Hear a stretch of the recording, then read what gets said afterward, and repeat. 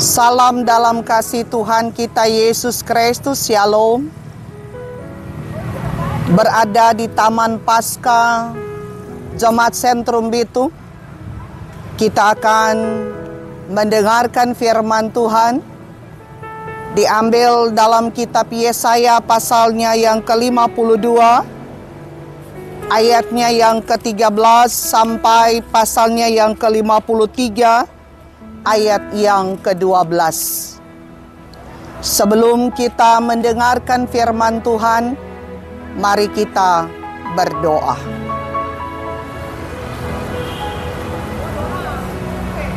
Terima kasih Tuhan Yesus, kami diberi kesempatan lagi untuk boleh mendengarkan kebenaran firman-Mu. Memohon kiranya Engkau Tuhan yang mengurapi kami dengan Roh Kudus-Mu, sehingga firman yang akan kami dengar, kami pahami, kami mengerti, dan kami dapat melakukannya dalam kehidupan kami. Ampunilah segala dosa dan salah kami, agar kami berlayak di hadapan Tuhan. Berfirmanlah Tuhan, kami siap dan sedia mendengarkan firman. Di dalam nama Tuhan Yesus Kristus, kami berdoa. Amin. Firman Tuhan saat ini diberi judul hamba Tuhan yang menderita. Sesungguhnya hambaku akan berhasil, ia akan ditinggikan, disanjung dan dimuliakan. Seperti banyak orang akan tertegun melihat dia. Begitu buruk rupanya, bukan seperti manusia lagi, dan tampaknya bukan seperti anak manusia lagi. Demikianlah ia akan membuat tercengang bangsa. Raja-raja akan mengatupkan mulutnya melihat dia. Sebab apa yang tidak diceritakan kepada mereka, akan mereka lihat. Dan apa yang tidak mereka dengar, akan mereka pahami. Siapakah yang percaya kepada berita yang kami dengar? Dan kepada siapakah tangan kekuasaan Tuhan dinyatakan? Sebagai taruk ia tumbuh di hadapan Tuhan, dan sebagai tunas dari tanah kering. Ia tidak tampan dan semaraknya pun tidak ada, sehingga kita memandang dia, dan rupa pun tidak, sehingga kita tidak menginginkannya. Ia dihina dan dihindari orang, seorang yang penuh kesengsaraan dan yang biasa menderita kesakitan. Ia sangat dihina, sehingga orang menutup mukanya terhadap dia, dan bagi kita pun dia tidak masuk hitungan. Tetapi sesungguhnya penyakit kitalah yang ditanggungnya, dan kesengsaraan kita yang dipikulnya. Padahal kita mengira dia kena tulah, dipukul dan ditindas Allah. Tetapi dia tertikam oleh karena pemberontakan kita. Dia diremukan oleh karena kejahatan kita. Ganjaran yang mendatangkan keselamatan bagi kita ditimpakan kepadanya, dan oleh bilur-bilurnya kita menjadi sembuh. Kita sekalian sesat seperti domba, masing-masing kita mengambil jalannya sendiri. Tetapi Tuhan telah menimpakan kepadanya kejahatan kita sekalian. Dia dianiaya, tetapi dia membiarkan diri ditindas, dan tidak membuka mulutnya seperti anak domba yang dibawa ke pembantaian. Seperti induk domba yang keluh di depan orang-orang yang menggunting bulunya, ia tidak membuka mulutnya. Sesudah penahanan dan penghukuman ia terambil, dan tentang nasibnya, siapakah yang memikirkannya? Sungguh ia terputus dari negeri orang-orang hidup, dan karena pemberontakan umatku ia kena tulah. Orang menempatkan kuburannya di antara orang-orang fasik, dan dalam matinya ia ada di antara penjahat-penjahat. Sekalipun ia tidak berbuat kekerasan dan tipu tidak ada dalam mulutnya, tetapi Tuhan berkehendak meremukan dia dengan kesakitan apabila ia menyerahkan dirinya sebagai korban penebus salah. Ia akan melihat keturunannya, umurnya akan lanjut, dan kehendak Tuhan akan terlaksana olehnya. Sesudah kesusahan jiwanya, ia akan melihat terang dan menjadi puas. Dan hambaku itu sebagai orang yang benar akan membenarkan banyak orang oleh hikmatnya, dan kejahatan mereka dia pikul. Sebab itu aku akan membagikan kepadanya orang-orang besar sebagai rampasan, dan ia akan memperoleh orang-orang kuat sebagai jarahan, yaitu sebagai ganti karena ia telah menyerahkan nyawanya ke dalam maut, dan karena ia terhitung di antara pemberontakan-pemberontak, sekalipun ia menanggung dosa banyak orang dan berdoa untuk pemberontak-pemberontak. Saudara-saudara, di minggu sengsara ketiga ini, melalui pembacaan Yesaya 52 ayat 13 sampai pasal 53 ayat 12, diberi tema hamba Tuhan menderita tetapi melayani Allah. Apa itu menderita? Dalam Kamus Besar Bahasa Indonesia, menderita berarti menanggung atau merasakan sesuatu yang tidak menyenangkan.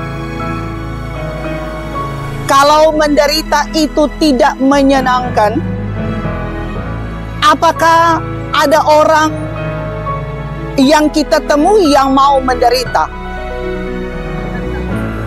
Tentu saja tidak ada yang mau. Karena semua orang menghendaki hidup dalam kenyamanan dan bukan hidup untuk menderita. Tetapi sekalipun kita tidak menginginkannya, yang namanya penderitaan itu tidak bisa kita tolak bila dia datang. Sekalipun kita rajin beribadah, kita rajin berdoa dan melayani Tuhan, bukan berarti kita akan bebas dari penderitaan. Mengapa? Karena penderitaan itu adalah bagian dari kehidupan kita sejak manusia itu jatuh ke dalam dosa. Saudara, ada beberapa alasan mengapa kita sebagai orang percaya harus mengalami penderitaan. Pertama, penderitaan dapat menjadi sarana untuk menyucikan kita.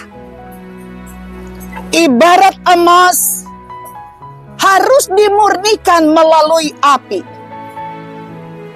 Begitu pula dengan kita.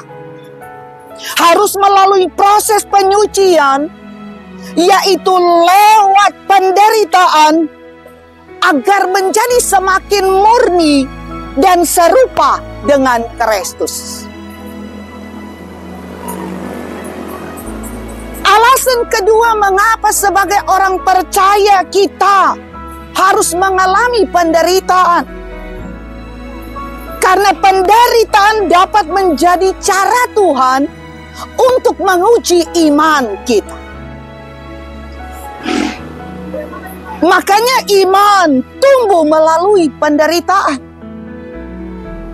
Iman kita tidak akan nampak, tidak akan kelihatan pertumbuhannya kalau tidak melalui penderitaan. Menderita orang percaya diibaratkan dengan salib. Nah, dalam hidup ada salib yang harus kita pikul, yang bukan kita mau. Itulah yang dinamakan ujian iman. Di mana semakin berat penderitaan, maka semakin terujilah iman kita.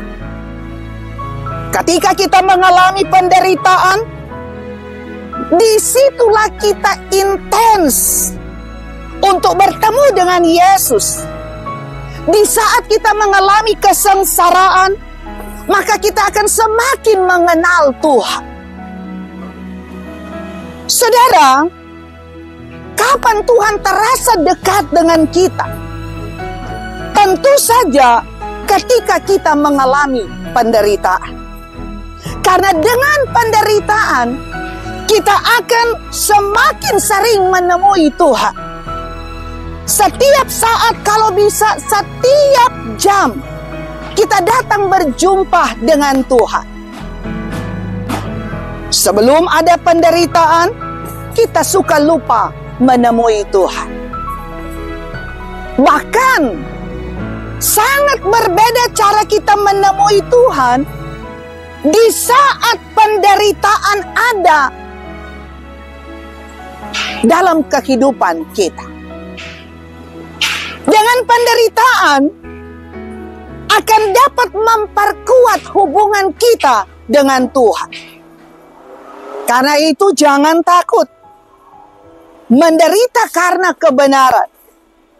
Karena menanggung penderitaan karena kebenaran adalah kasih karunia. Sebab ada upah yang diterima di saat kita lulus dalam ujian Tuhan. Karena di saat kita diuji, justru kita akan semakin kuat iman kita. Di saat kita diuji, berharap supaya kita tidak jatuh ke dalam dosa diakibatkan karena penderitaan.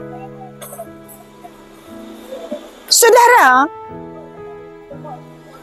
yang ketiga, mengapa kita harus mengalami penderitaan sebagai orang percaya?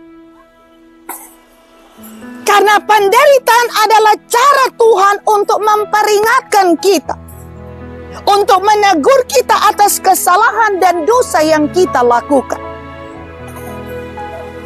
Penderitaan adalah cara yang ampuh, yang cepat untuk menyadarkan orang dari perbuatan dosanya. Semakin berat penderitaan yang dihadapi, maka semakin cepat orang untuk bertobat. Karena kalau tidak ada penderitaan, orang susah sekali meninggalkan kebiasaan-kebiasaan buruk atau perbuatan-perbuatan dosa. Karena itu, bersyukurlah kalau kita berbuat dosa dan Tuhan menegur kita lewat pergumulan, penderitaan. Karena Tuhan mau kita sadar dan kembali di jalan yang benar. Saudara, kalau manusia menderita, bisa diakibatkan karena dosanya sendiri. Maka beda lagi yang dialami oleh Tuhan Yesus. Tuhan Yesus tidak berbuat dosa. Kita manusialah yang berbuat dosa. Tapi Tuhan Yesus rela menanggung dosa kita. Sebagaimana ayat yang keempat dari pembacaan Alkitab kita, dikatakan bahwa penyakit kitalah yang ditanggungnya, kesengsaraan kita yang dipikulnya. Padahal kita mengira dia kena tulah, dipukul dan ditindas Allah. Ayat yang kelima, dia tertikam oleh karena pemberontakan kita. Dia diremukkan oleh karena kejahatan kita. Ganjaran yang mendatangkan keselamatan bagi kita ditimpakannya kepada Yesus. Ayat 6, kita yang sesat sebagai domba karena mengikuti keinginan kita, tetapi kejahatan kita ditimpakan kepada Yesus. Saudara-saudara, betapa beratnya hukuman atas dosa kita. Bayaran atas dosa manusia sangatlah mahal. tidak dibayar dengan uang, tapi dengan darah dan nyawa Yesus. Kita lihat bagaimana Yesus menanggung dosa dari kita manusia dengan kesengsaraan dan penderitaan yang luar biasa. Yesus ditangkap, Yesus diadili, Yesus dipukul, dihina, dianiaya, dicaci maki, diolok-olok, dirajang dengan batu, ditusuk lambungnya, dipaku tangan kakinya, dimahkotai duri kepalanya, kulitnya sampai tercabik-cabik, tubuhnya sampai hancur. Ayat yang ke-14, Yesus sampai tidak nampak lagi seperti manusia karena buruk rupanya. Bahkan ayat yang ke-7, Yesus seperti domba yang dibawa ke pembantaian untuk dibunuh. Apapun yang diperlakukan kepada Yesus, seberat apapun penderitaan yang dialaminya, Tuhan Yesus hanya diam saja. Ia tidak membuka mulutnya sebagai tanda perlawanan. Mengapa? Pertama, karena Yesus mau taat kepada Bapa yang mengutusnya.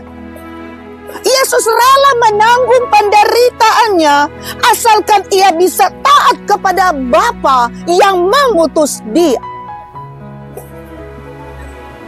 Yang kedua, Yesus begitu mengasihi kita.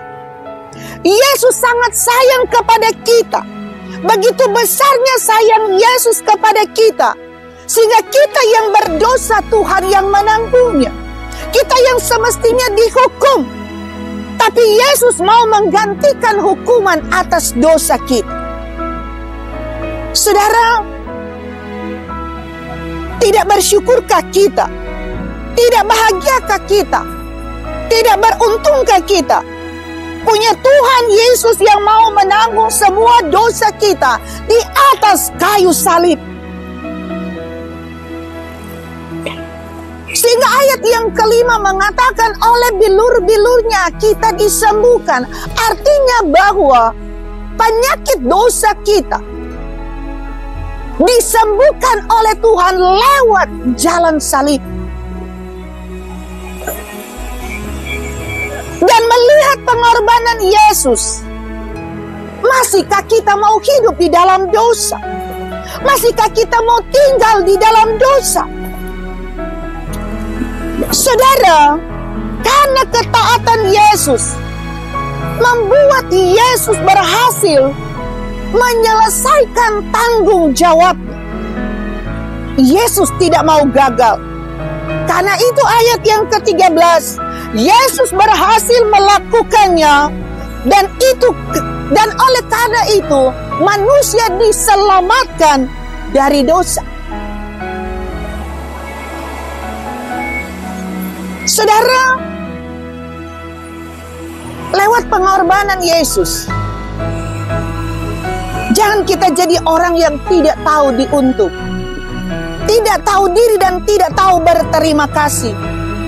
Karena masih saja kita mau hidup di dalam dosa. Jangan sia-siakan pengorbanan Yesus. Karena di balik penderitaan yang ditanggung Yesus, ada kemenangan. Keberhasilan Yesus di dalam jalan salib membuat ia ditinggikan, disanjung, dan dimuliakan.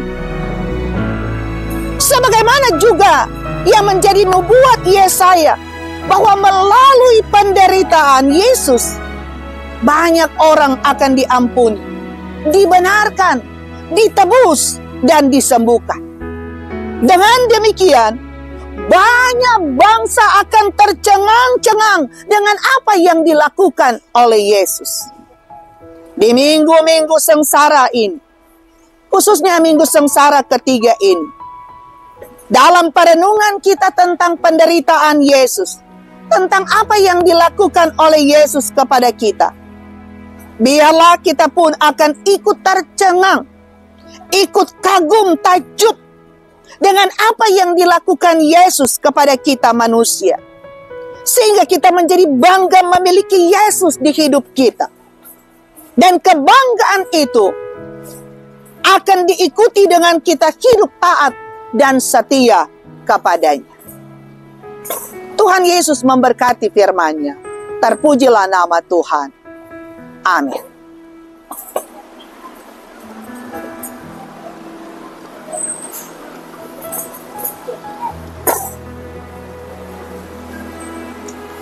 Mari kita berdoa. Terima kasih Tuhan Yesus buat firman yang boleh kami dengarkan saat ini. Di minggu-minggu sengsara ini, kami merenungkan tentang penderitaan Yesus. Tolonglah kami Tuhan, supaya kami senantiasa hidup sesuai dengan firman, hidup berkenan kepada Tuhan. Demikianlah juga Engkau memberkati setiap kami yang telah mendengarkan firman. Biar kami semua Bapa tidak menyia-nyiakan pengorbanan Tuhan Yesus bagi kami, sehingga kami hidup sebagaimana Engkau kehendaki dan hidup kami diberkati oleh Engkau. Di dalam nama Tuhan Yesus kami berdoa mengucap syukur. Amin.